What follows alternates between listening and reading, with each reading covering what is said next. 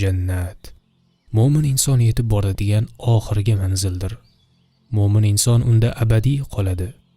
Mag'zunlik, xafalik, siqilishlar tugab, abadiy rohat hayoti boshlanadi. Jannatni eslashimiz biz mo'minlarga umid baxsh etadi. Keling bugun jannat haqida kelgan hadislarni birgalikda o'rganib chiqamiz. Abu Hurayra radhiyallohu anhu dan rivoyat qilinadi. Rasululloh sallallohu alayhi va sallam Alloh azza va jall solih bandalarim uchun ularga bergan narsalaridan tashqari zaxira qilib, ko'z ko'rmagan, quloq eshitmagan va birorta insonning xayoliga ham kelmagan narsalarni tayyorlab qo'yganman deyapti, dedilar. So'ng ushbu oyatni o'qidilar.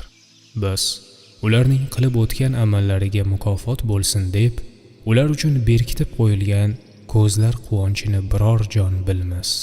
Sajda surasi 17-oyat. Usoma ibn Zayd radhiyallohu anhu aytadilar. Rasululloh sallallohu alayhi va sallam bir kuni sahobalariga jannatga kirish uchun yeng shimaruvchilar bormi? Chunki uning ta'rifiga til ojiz. Ka'baning Robbiga qasamki, jannat charaqlagan nur, tebranib turgan rayhonlar, tiklangan qasrlar, to'lib oquvchi anhorlar, pishib yetilgan turli xil mevalar, go'zal va chiroyli juftlar, sofligi va tiniqligi abadiy bo'lgan ko'pdan ko'p zeb-ziynatlar diyoridir. U oliy, ajoyib, tinch va osoyishtadir dedilar. Sahobalardan biri biz jannat uchun yeng shimaruvchilarmiz ey Rasululloh deyishdi. U zot inshaalloh denglar dedilar. Abu Hurayra radhiyallohu anhu aytadilar. Rasululloh sallallohu alayhi va sallamdan jannat nimadan bino bo'lgan deb so'radim. U zot kumush va oltin g'ishtlardan, uning poydevori mushk, toshlari dur va yoqut, tuprog'i zafaron, kim unga kirsa ne'matlanibdi. Umidsiz bo'lmaydi, abadiy turadi, o'lmaydi, kiyimlari eskirmaydi, yoshligi ham ketmaydi, ya'ni qarimaydi dedilar. Abu Hurayra radhiyallohu anhu dan rivoyat qilinadi. Nabiy sallallohu alayhi va sallam shunday dedilar. Jannatda bir daraxt bor. Suvoriy uning soyasida 70 yoki 100 yil yuradi. U xuld, abadiyat daraxtidir. Abu Hurayradan rivoyat qilinadi. Rasululloh sallallohu alayhi va sallam aytdilar. Jannatdagi barcha daraxtlarning tanasi oltindandir. Jannatdagi xurmo daraxti, uning mevasi va yaxshisi haqida Ibn Abbos aytadilar. Jannat xurmosining tanasi zumraddan, novdasi qizil oltindandir. Barg yaproqlari jannat ahli uchun yopinchiq.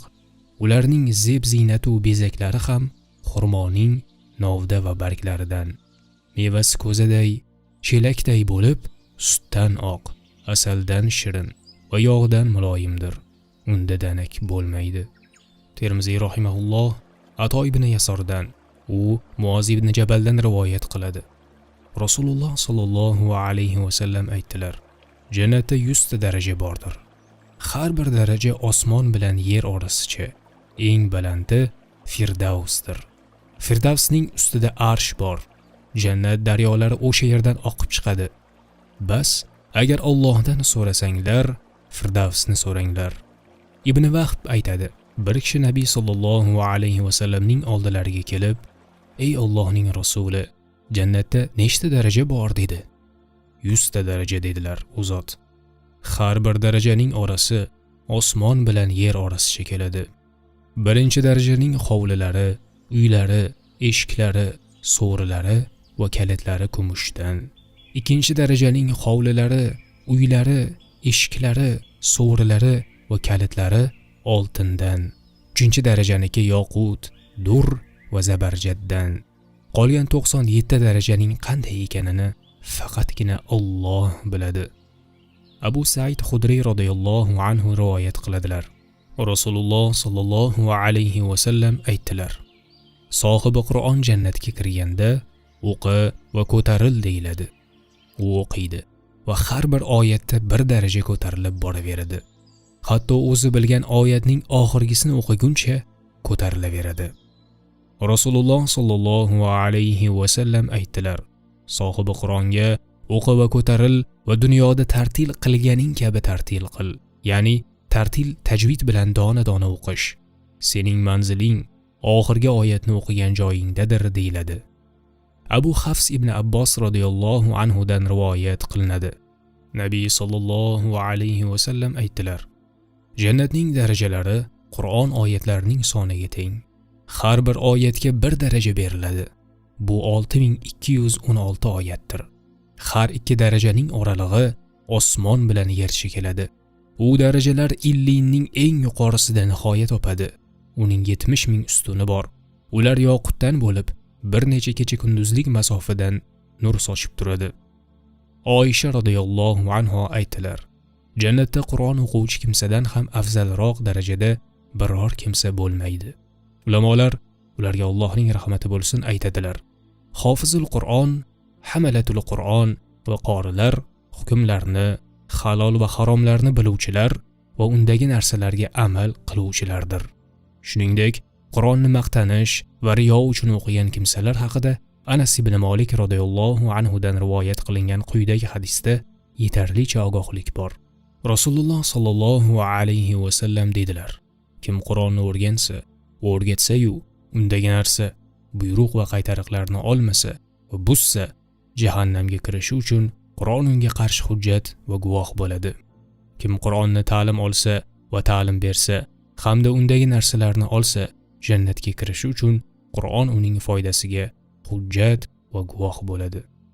Sahihul Buxoriyda kelgan hadisda Qur'on o'quvchi va unga amal qiluvchi mu'minning misoli utrujja, ya'ni apelsin kabi. Uning ta'mi ham, hidi ham shirin. Qur'on o'qimaydigan mu'minning misoli xurmo kabi. Uning ta'mi shirin, lekin hidi yo'q. Qur'on o'qiydigan fojirning misoli rayhon kabidir. Uning mazasi achchiq, biroq hidi shirin.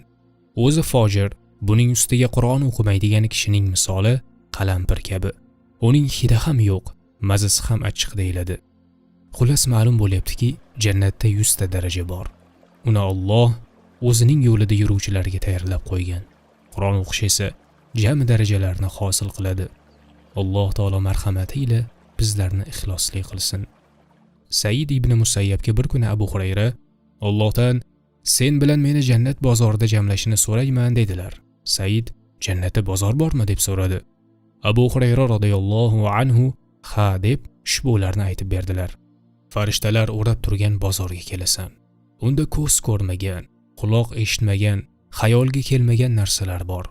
Xohlaganimiz beriladi, sotilmaydi ham, sotib olinmaydi ham. Va mana shu bozorda jannat ahllari bir-birlariga yo'liqadilar. Yuqori manzil egalari quyiroqdagilari bilan uchrashadilar. Vaholanki u yerda past darajaning o'zi yo'q. Uning ustidagi kiyimiga quyiroqdagining havas keladi. U ham gapini tugatmasdanoq undan chiroylirog'i unda gavdalanadi. Chunki jannatda biror kimsada xafalik bo'lmaydi. Bu hadisni Abu Hurayradan mukammal tarzda Ibn Mojah ham keltirgan. Unda bunday deyiladi: menga Rasululloh sollallohu alayhi va sallam xabar berdilar. Jannat ahli jannatga kirsa, amallariga ko'ra manzil darajalarini egallaydi. Ularga dunyodagi juma kuni miqdoricha muhlat beriladi. Bas ular Allohni ko'radi. Alloh ularga arshni va jannatning bir bog'ida jamolini ko'rsatadi. Ular uchun nurdan, turdan, yoqutdan, zabarjaddan, oltin va kumushdan bo'lgan minbarlar qo'yiladi. Ularning eng quyi manzildagisi, vaholanki u yerda quyi darajaning o'zi yo'q, mushk va kafurdan bo'lgan tepalikda o'tiradi. Ular minbarlardagi kursi egallarini o'zlaridan afzal deb o'ylamaydilar. Shunda men, ey Allohning rasuli, Robbimizni ko'ramizmi deb so'radim. U zot, ha, havo ochiq kunda quyoshni va to'lin oyni ko'rishga biror narsa sizlarga to'sqinlik qiladimi dedilar. Yo'q deyishdi. Xuddi shuningdek Robbingiz azza va jallani ko'rishda ham to'siq bo'lmaydi. U majlisda Alloh taolo xitob qilmagan biror kimsa qolmaydi. Hatto ularning har biriga ey falonchi, mana bunday qilgan kuningni eslay olasanmi deb dunyoda qilgan ishlarini eslatadi. U banda, ey Robbim, u ishimni kechirmaganmiding deydi. Alloh taolo, ha, kechirganman. O'sha mag'firatimning kengligi sababli sen shu manzilda o'tiribsan deydi. dedilar Nabiy alayhissalom. Alloh taolo bilan bandalar bir-birlariga mana shunday xitob qilib turishgan chog'da bandalar ustini bulut qoplaydi va xushbo'y yomg'ir yog'adi. Uning bo'yi boshqa biror narsada topilmaydi.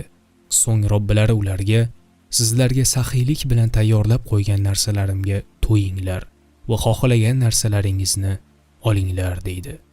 So'ng manzillariga qaytishadi va ularni juftlari kutib olishadi. Ular: xush keldingiz, marhabo, ketayotganingizda boshqacha edingiz, qaytganingizda jamolingiz va bo'ylaringizdan yana ziyoda bo'libdi deyishadi. Ular esa: bugun biz Robbimiz bilan ham suhbat bo'ldik va shu sababli ham biz bunday ko'rinishda qaytishga haqlimiz deydilar. Ali radhiyallohu anhu dan rivoyat qilinadi. Rasululloh sallallohu alayhi va sallam aytdilar: jannatda bir bozor bor. Unda sotish ham, sotib olish ham yo'q. U yerda ayol erkaklarning surat qiyofalari bo'ladi. Kim bir suratga kirishni xohlasa, o'sha qiyofaga kiradi. Anas ibn Malik aytadilar: Rasululloh sallallohu alayhi va sallam dedilar: jannat ahli jannat xursandligiga muyassar bo'lgach, tuproqlar mushk bo'lgan mayin durlar ustida yastangan holda o'tiradilar. Ular jannatlarda bir-birlari bilan dunyoda qanday bo'lganlari, Allohga qanday ibodat qilganlari, qanday qilib kechalarni bedor, kunduzlarni soyim o'tkazganlari, dunyodagi faqirlik va boylik qanday ekani, o'lim qanday kechgani va shuncha sinovlardan keyin qanday qilib jannatga kirganlarini eslashib o'tiradi. Ali radhiyallohu anhu dan rivoyat qilinadi. Rasululloh sallallohu alayhi va sallam aytdilar: albatta jannatda hurlar yig'ilib ovozlarni baland ko'tarib aytadilar: u ovozga o'xshashni xaloyiq eshitmagan. Biz abadiymiz, halok bo'lmaymiz, huzur halovatdamiz, mahrum bo'lmaymiz, rozi bo'luvchimiz, g'azablanmaymiz. U bizniki va biz uniki bo'lgan kimsa naqadar yaxshi deydilar.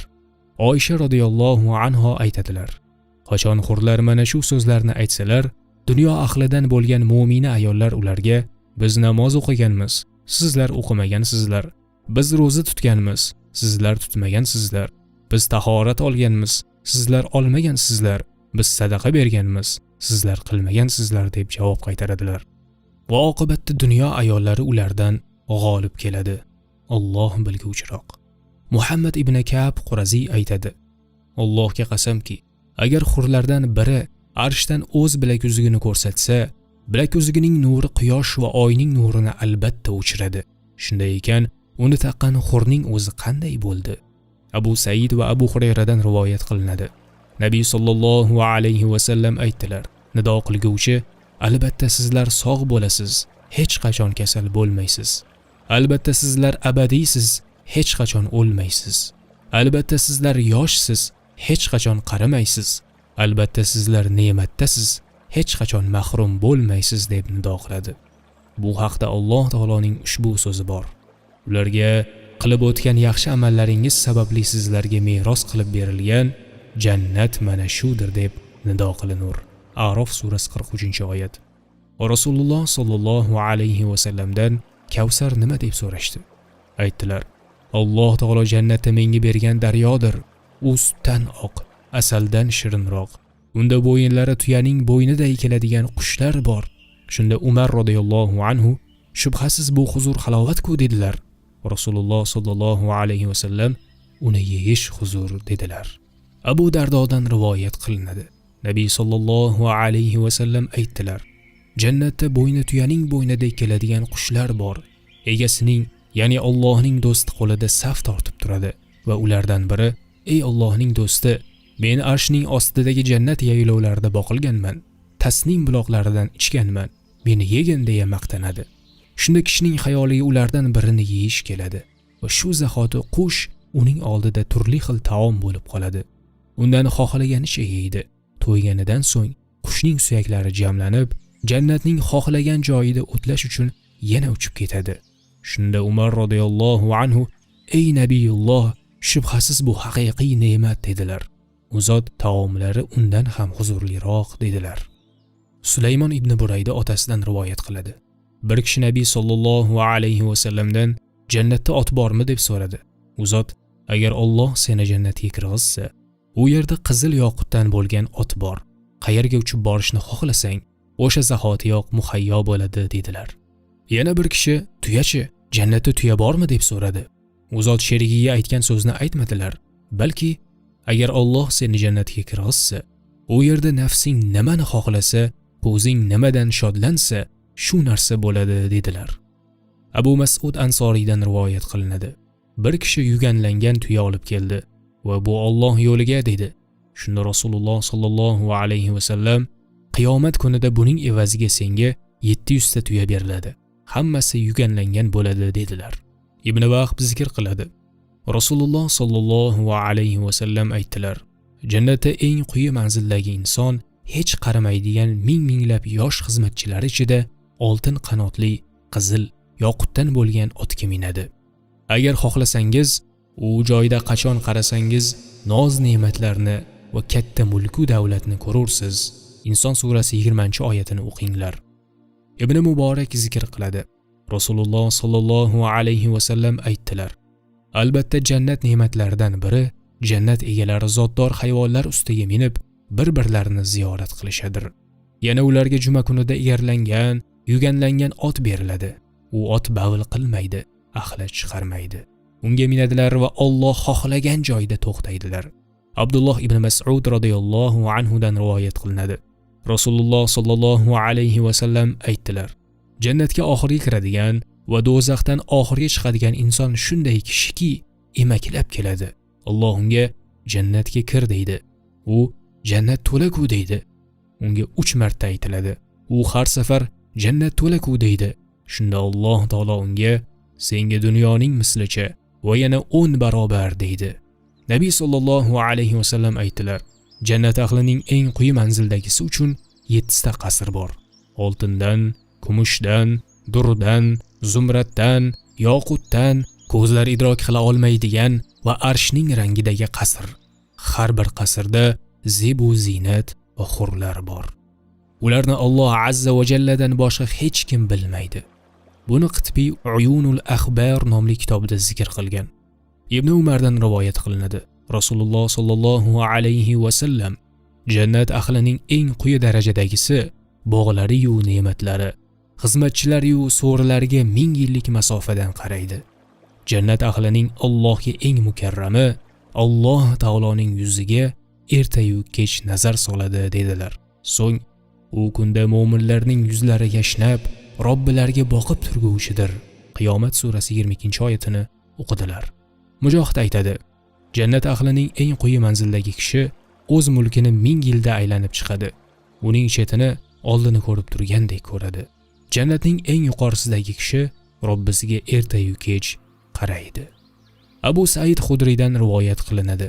Rasululloh sallallohu alayhi va sallam aytdilar: Alloh taolo jannat ahliga ey ahli jannat deydi. Ular labbay Robbimiz, hamma yaxshiliklar qo'lida bo'lgan zot deydilar. Alloh taolo rozi bo'ldingizmi deb so'raydi. Ular qanday qilib rozi bo'lmaylik yo Robbi? Holbuki bandalaringdan hech kimga bermagan narsangni bizga berding deydilar. Alloh sizlarga bundan ham afzalrog'ini berayinmi deydi. Ular yo Robbi, bundan ham afzal narsa nima ekan deydilar. Shunda Alloh sizlarga roziligimni halol qildim. Bundan keyin sizlarga hech ham g'azab qilmayman deydi. Robbim biz ojiz bandalarni ham jannatiga daxil qilsin.